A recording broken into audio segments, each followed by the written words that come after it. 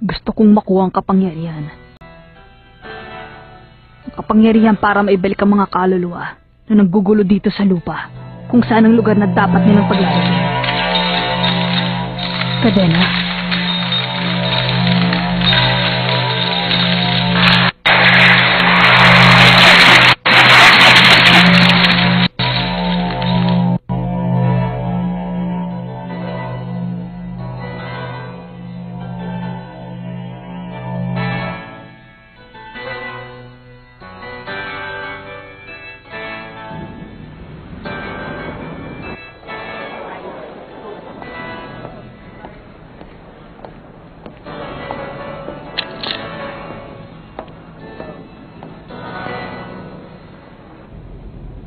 Hindi naman importante sa akin kung may karanasan ka na. Meron din akong kliyente na ang gusto ay mga baguhan. Mas mababa ka pa sa isang baguhan. Nasa itsura mo. Anong sabi mo? Meron ka bang nakikita na nandito sa aking likuran? Wala ka nakikita, no? Bumalik ka na lang dito kapag kaya mo na makita yon. Isa yon sa kondisyon na hinahanap namin.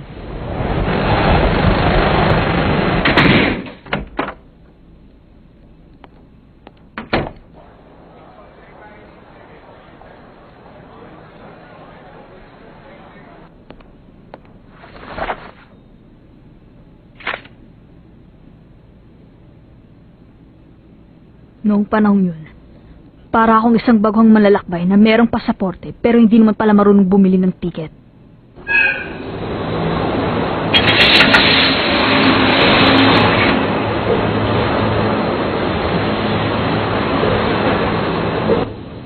Yun ay dahil wala pa akong nalalaman tungkol sa lihim ng mundo. Wala pa akong alam tungkol sa kapangyarihan ng men. Ikaw ay nagmula sa pagbubunga. Ikaw ang tipo na magaling magpakita ng kakayahan. Pagbubunga? Teka, bakit malungkot ka? Ang gusto ko kasi ay magmula sa pagpapalakas. Wala na tayong magagawa dyan dahil yan ang tinadhana sa'yo. Hindi pwedeng basta-basta ka na lang mamili. Harapin mo ang katotohanan. Kahit ano mangyari, ay kailangan mo yung hanapin dahil yun lang ang yung magagawa. Paano? Kailangan mo na maghanda para sa pag-aaral ng Hatsu. Ayos lang yan. Napakabilis mong matuto. Kaya normal lang na malaman mo yan sa loob ng isang buwan. Dahil sa iyong kaalaman bata, kailangan mong gumugol ng sapat na panahon para may sakatuparan. Ang 100% ng kakayahan sa pagbubunga. Siya nga pala, nakapasa ka na Kurapika sa lihim ng pagsusulit. Lihim na pagsusulit? Oo. Kapag natutunan mo ang NEN, pasado ka na sa lihim na pagsusulit ng asosasyon. Ito na ang pagtatapos ng Hunter exam. Magagawa mo na ang gusto mo. Hindi maaari ang gusto kong makamit ay hindi lang ang lakas ng isang hunter, kundi ang kapangyarihang lumaban ng mag-isa. Ano? Kapangyarihan? Gusto ko nang makuha ang kapangyarihan. Yun ang dahilan kung bakit kailangan kong matutunan ang pagpapalakas na kakayahan ng NEN. Imposible yon.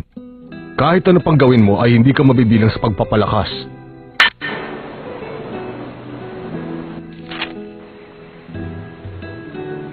Ito pagkakahati-hati na maaaring gawin ng iyong pinagmulan. Kahit kaano ka pa kabilis matuto, hindi ka pa rin magiging magaling sa isang abilidad na hindi talaga nagmula sa'yo. Kung ang estilo ay hindi angkop sa pagkatao mo, lalong bababa ang porsyento. Bakit wala sa pagpapakadalubhasa? Dahil ang pagpapakadalubhasa ay isang bagay na kahit kailan ay hindi mo maaaring matutunan. Isa iyong mahalagang kakayahan na itinaguyod ng isang espesyal na kapaligiran kung saan lumaki ang isang tao. Yan ang dahilan kung bakit siya nakapwesto sa ibaba. At ang pagbubunga at pagkontrol ay nakalagay naman dito sa kanyang taas. Maaari mapagbuti mo ang alinman sa dalawang kakayahan pagdating ng tamang panahon. Dahil doon, meron ka ng tsansa, ang kapangyarihang lumabang mag-isa. Dahil doon, ang kagustuhan mong matutunan ng abilidad sa pagpapalakas ay magiging tama. Ang kakayahang magmula sa pagpapalakas ay gumagana sa pag-atake, depensa at pagpapagaling ng kahit na anong karamdaman. Kaya lang, ang katulad mong nagmula sa pagbubunga ay kalahati lamang ng pagpapalakas ang maaaring matutunan. Iyon ang katotohanan. Wala ka nang magagawa. Ang estilo ng pagpapalakas ay masasabi nating parang dagdag bawas. Halimbawa, kung ang makakaharap mo ay nagmula sa pagpapalakas at nabuo na niya ang 100% ng kanyang kapangyarihan at kung sakali mang ibubuhos niya ang 100% ng kanyang kakayahan sa gagawin niyang pagsugod, ang kalalabasan ay ganito. Kung pag-uusapan natin ang iyong nen, ang pisikal mong lakas ay aabot lamang sa 60%. Ibig sabihin, kahit masangga mo ang kanyang atake, 40% pa rin ang pinsalang matatanggap mo. Mahirap manalo. Siyempre, yan ang pinakamadaling paliwanag. Ang pisikal na lakas ay depende sa tao at depende din sa kanyang kondisyon. Masasabi rin nating malaki ang kinalaman ng sitwasyon at lugar ng paglalabanan. Kapag nen ang pinag-uusapan, magiging komplikado ang lahat. Kasiglahan, kasamaan, kalungkutan, galit, hilakbot, kasiyahan, kahihiyan at resolusyon. Ang lahat ng ito ay may kaugnayan sa isa't isa. May kinalaman sa nen. Kung tungkol sa laban ng pag-uusapan, hindi lahat nagdudulot ng kabutihan. Kung gagamitin mong yung pisikal na lakas ng higit sa iyong abilidad, mahihirapan kang kontrolin ang sarili mo. Pwede mong ikamatay. Kung gusto mong manalo, dapat ay hindi nagbabago ang iyong lakas. Kung sakaling mapapanatili ko ang aking kapangyarihan, may posibilidad pa akong manalo sa laban kung ang makakarap ko ay isang dalubhasa na nagmula sa pagpapalakas. Isang tanong, mayroong matalas sa espada. Makakaya niya bang humiwa ng mag-isa? Hindi. Ang dahilan? Dahil kailangan muna siyang gamitin ng isang tao para makahiwa. Kahit maging dalubhasa ang isang tao sa kapangyarihan ng pagpapabunga, meron pa rin siyang hindi kayang tuparin. Ang mahusay na espada ay malalim kung humiwa. Pwede mo yung gawin. Pero kung panglaban lang ang gusto mo, maaari ka na lang bumili para hindi masayang iyong lakas. Ang iyong kapangyarihan ay hindi ordinaryo para matimbang ang laban. Pero kung babagay ito sa kondisyon, posibleng makagawa ka ng isang malakas na puwersa. Ano, Kurapika, napag-isipan mo na ba ang sagot sa tinatanong ko kanina? Ang sagot sa tanong ay oo. Pwede rin hindi, dahil kailangan mo munang umisip ng paraan. Bago ka lumaban, pag hindi mo ginawa yon, matatalo ka. Dahil yung kapangyarihan ay kailangan mo munang pag-aralan para magamit mo sa pakikipaglaban. Kurapika, ano ba binabalak mo sa iyong kapangyarihan?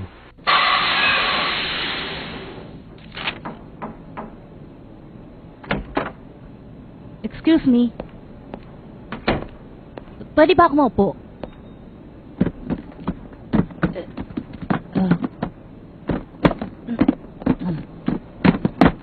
Maraming salamat. Wala yan.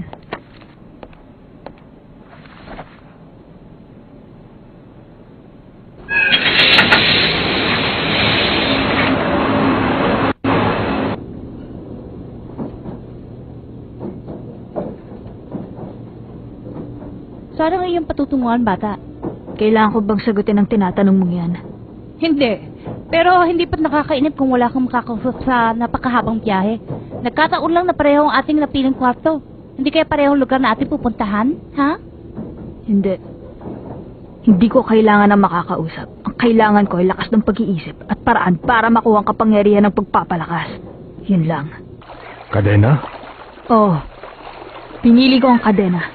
Ito ang unang pumasok sa aking isip nung una kong marinig ang kapangyarihan ng pagpapabunga. Ang kadena. Nagulat ako. Ano naman ang dahilan? Siguro dahil masyado ng maraming walang puso ang nakawala sa impyerno at nagpupumilit na maghasik ng lagim dito. Ganun ba? Nakakapagtaka. Pero bakit para yata ikaw lang ang nakakaisip ng mga bagay na katulad niyan? Anong karapatan mong malaman ang lahat? Teka! Sandali lang! Makinig ka! Ako ang iyong master! Kaya kailangan mo akong respetuhin. Sandali, nagsasalita pa ako! Ano ba? Kulit mo ah! Hindi mo maintindihan. Walang sino man ang makakaintindi. Kaya ako ay...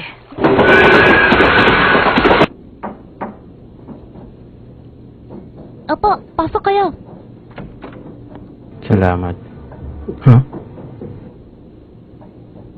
Ano pang tinitingin-tingin mo dyan? Hindi ba't kailangan ko ipakitang license card? Hindi mo ba ito susuriin?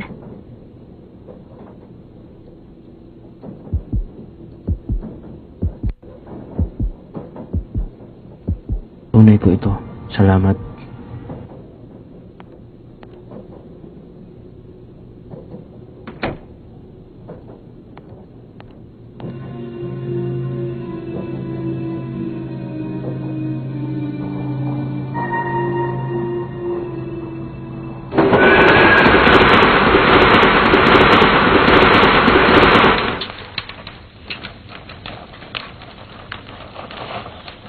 Ang nasa isip mo'y paghihiganti. Tatanungin mo ako kung bakit ko alam? Nararamdaman ko. Yun ay dahil ako ang iyong master, Kurapika.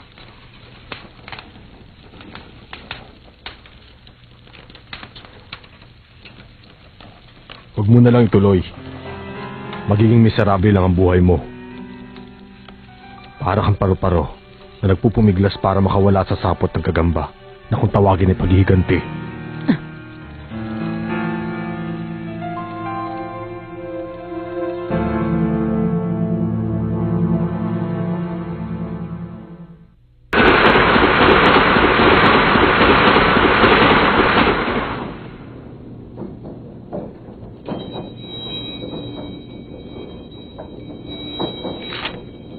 Parang napakalungkot naman yata ng naririnig ko. Ang malungkot na tanong na nagmumula sa kadena ay parang may daladalang sama ng loob na matagal nang kinikimkim. Pasensya na! Nakakita ko sa tunog dahil sa protestin ko. Sige lang, magbasa ka lang. Huwag mo akong pansinin.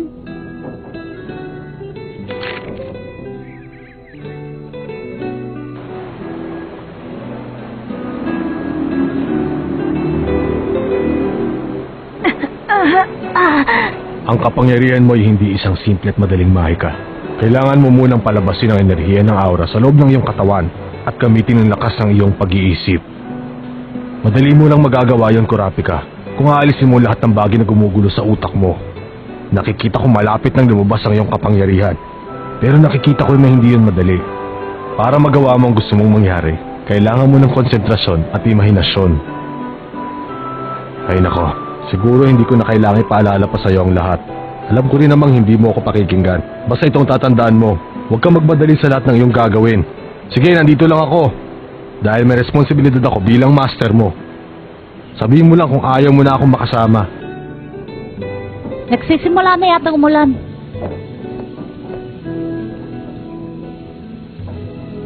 Hindi ba't nakakalungkot kapag umuulan sa gabi?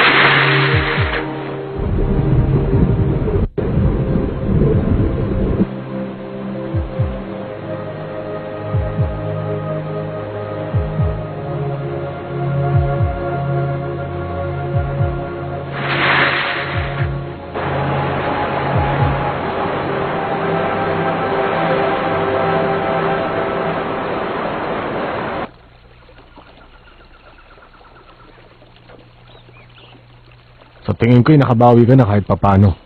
Minsan kailangan mo talaga ng konsentrasyon pero dapat mong limitahan. Kapag sinira mo ang sarili mo, baka hindi mo na magawang maghiganti. Hindi mo talaga maintindihan. Para may paghigantihan yung tribo, sumali ka sa pagsusulit at gusto mo maging isang blacklist hunter. Nalaman kong impormasyong yan mula sa Hunter Association. Yun ang misyon na titirang buhay, tama ba ako? Masyado na talaga maraming bagay akong hindi naintindihan. Imposibleng magawa ang hindi nasisirang kadena. Pero merong isang paraan para makagawa ng halos katulad ng gusto mo. Sigurado ka? Sabihin mo kung anong dapat kong gawin, Master! Ibang klase na to.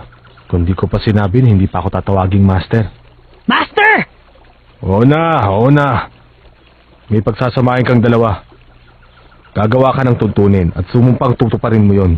Kung mahigpit na tuntunin ang gagawin mo, siguradong mas malakas ang kapangyarihan na mapapasayo. Ito ang katangian ng Nen na wala ang iba. Alalahanin mong nakataya dito ang iyong determinasyon at syaga para mapalakas mo ang iyong kapangyarihan. Sa palagay ko'y naiintindihan mo na ako. Makakaya mong pampalakasin na naglilihab na apoy o kaya parang daga na susugurin ng pusa kapag wala nang matatakbuhan. Gumawa ka ng tuntunin para sa iyong kadena kung kaya mong tuparin. Ito lang ang masasabi ko sa iyo. Masyadong delikadong gagawin mong taktika. Maaari mong ihambing sa isang kutsilyong dalawang talim kung sisira ka sa iyong pangako. Maaaring mawala sa iyong kapangyarihan ng Nen.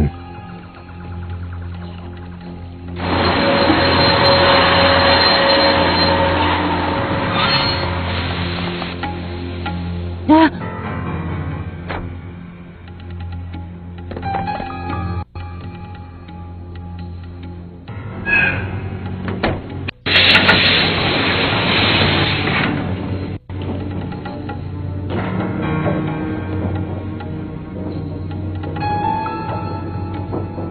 May mga taong may palak sa'yo ng masama.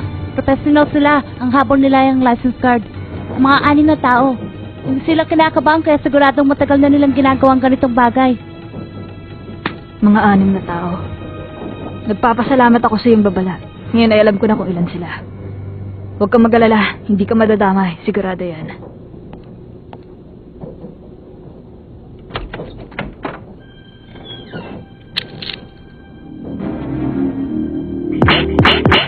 Ang gusto ko lang ay mahuli ang mga miyembro ng Spider at mabawi ang mga pulang mata na kinuha nila sa aking mga kasamahan. Gagamitin kong kadena para hindi sila makawala. Sila lang ang magiging target ko. Gagamitin mo lang ang kadena niya para sa iyong target? Kapanghihinayang naman. Huwag kang apurado. Yun pa lang ang una kong kondisyon. Kung ganon, anong tutunin ang gagawin mo? Isinusumpa ko ang aking buhay!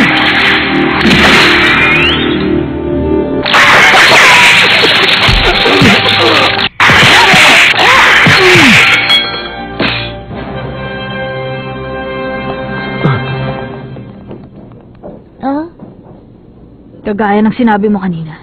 Ano? Hindi sila kinakabahan dahil matagal na nilang ginagawang bagay na ito.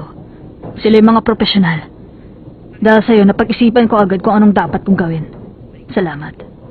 Wala nga naman yan, bata. Nakapasa ka na. Pinahanga mo ko. Na-master mo ko agad ang kapangyarihan ng Nen sa loob lang ng kalahating taon. Naalala mo ko? Medyo lang bata. Hindi kasi ako masyadong nagkakaroon ng bisita. Isang customer lang ang pumunta dito mula nang dumaan ka. Siguro ay nahirapan silang hanapin. O kaya naman ay tinabangan na sila dahil sa itsura ng lugar. Teka, anong klase ng kliyente ang hinahanap mo? Ang gusto ko ay isang tao na merong malakas na koneksyon doon sa gaganaping subastahan sa York New City. Kahit na anong trabaho, basta sabihin mo lang. Ang kliyenteng konektado doon sa subastahan ay masyadong maraming hinihinging kondisyon. Ewan ko lang kung makukuha ka dahil ito pa lang ang una mong proyekto. Meron ditong 3. Tamang-tama, ang kailangan mo lang ay sumagot sa interview kahit wala ka pang karanasan. Lahat silang 3 ay kailangan ng tagapagbantay sa kanilang tabi. Ano, sinong gusto mo?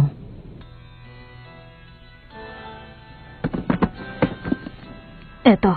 Maraming salamat.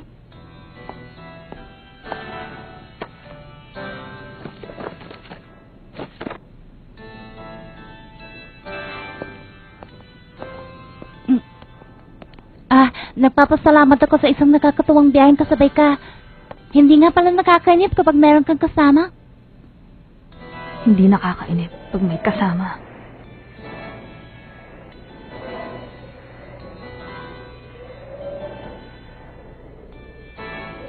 Sige, paalam na sa'yo. Nararamdaman ko magkikita pa tayong muli. Ibinubulong sa akin ang ihip ng hangin. Ipagpapatuloy ko ang laban. Hindi na ako hingi ng tulong kanino man. Wala na akong ibang maaasahan kundi ang sarili ko. Dahil doon, ako ay